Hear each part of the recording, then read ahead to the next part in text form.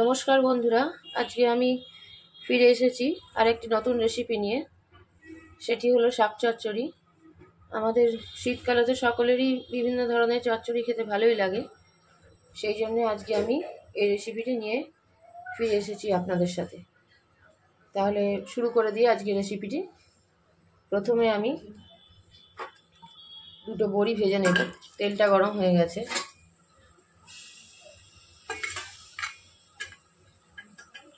বড়ি দুটো একটু ভাজা ভাজা হলে আমি দিয়ে দেব সবজিগুলো।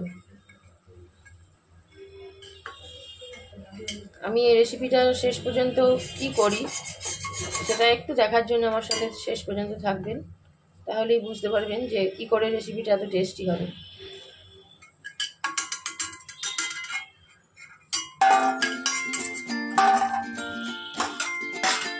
আমি এটা আমার মতো করে বানাচ্ছি, সেই জন্য একটু অন্যরকম টাচ আছে রেসিপিটায়। এবার আমি দিয়ে দেবো 5 ফোড়ন।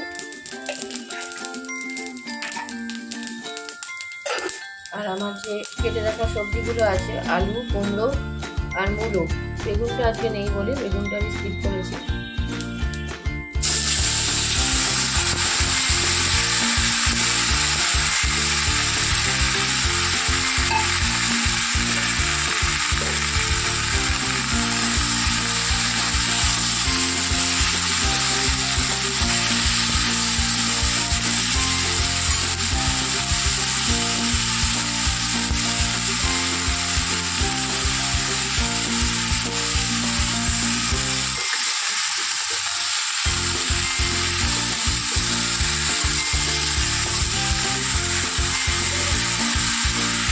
ভাজা ভাজা হোক।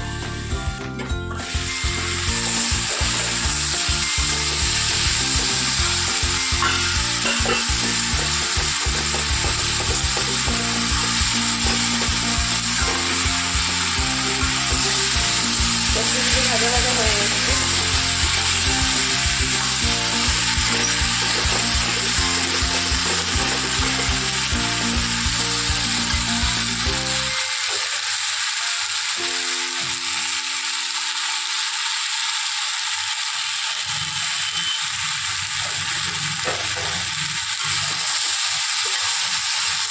এই অবস্থায় আমি এর মধ্যে দিয়ে দেবো শাকগুলো।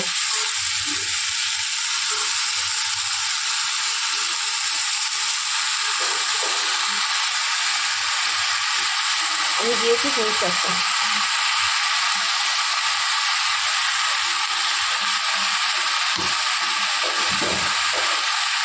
পুঁই শাকটা সবাই আমরা বানাই পুঁই শাক করি, কিন্তু আমি কী মিক্স করবো সেটা একটুখানি আমার সঙ্গে থেকে দেখবেন।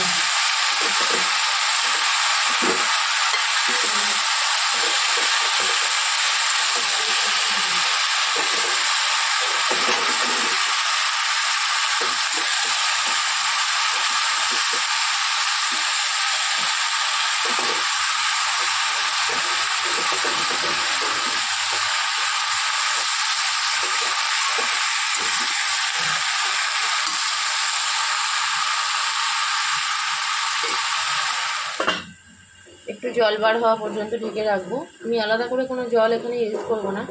শাকের থেকে যে জলটা বেরোবে সেটা দিয়ে শাকটা সেদ্ধ হয়ে যাবে, তাহলে টেস্টটা ভালো আসবে। দেখে নিই শাকটা কত দূর হলো। এই যে শাকটা এই পর্যায়ে এসছে। এবার আমি একটা মশলা প্রস্তুত করে নেব। মশলার মধ্যে দেব খানিকটা সর্ষে,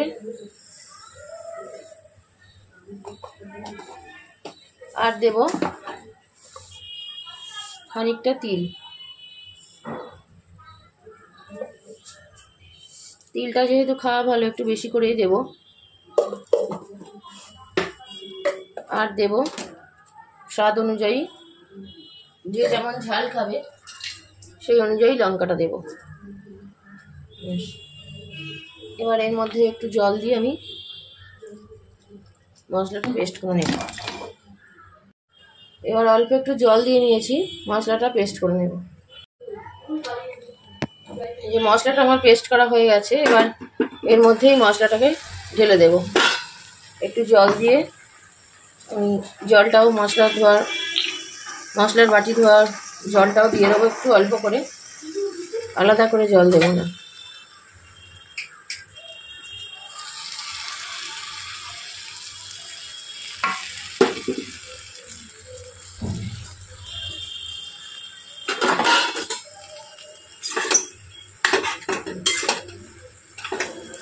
এর থেকে এবার আরও জল বেরোবে খানিকটা, এতেই শাকটা সেদ্ধ হয়ে যাবে।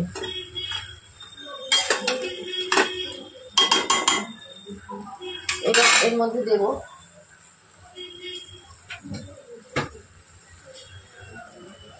আমার চিংড়ি মাছ পেস্ট করে একটু ফ্রাই করে রাখা আছে, সেইটা আমি এর মধ্যে দিয়ে দেব।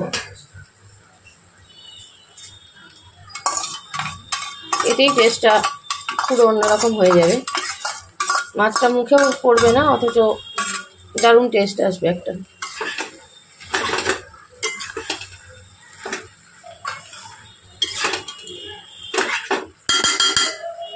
খানিকক্ষণের জন্য ঢেকে রাখবো।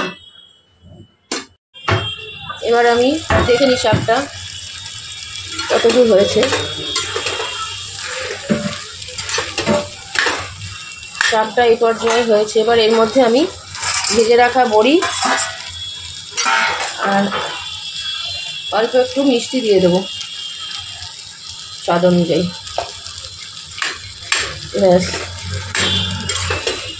এবার একটু 5 মিনিট আমি স্ট্যান্ডিং টাইমে রেখে এটাকে সার্ভ করে দেবো। এইভাবে একবার করে দেখবেন, ভীষণ ভালো হয় খেতে।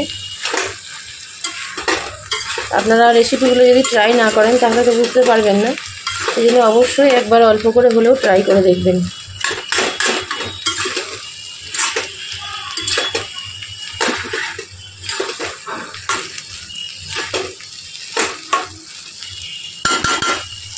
খানিকক্ষণ ঢেকে রেখে আমি সার্ভ করব। দেখুন বন্ধুরা, পুঁই শাকটা আমার হয়ে গেছে। আমি একটা পাত্রে ঢেলে নিয়েছি, ঠিক এই রকম দেখতে হয়েছে। যেমন অসাধারণ দেখতে, খেতেও কিন্তু ভীষণ টেস্টি হয়।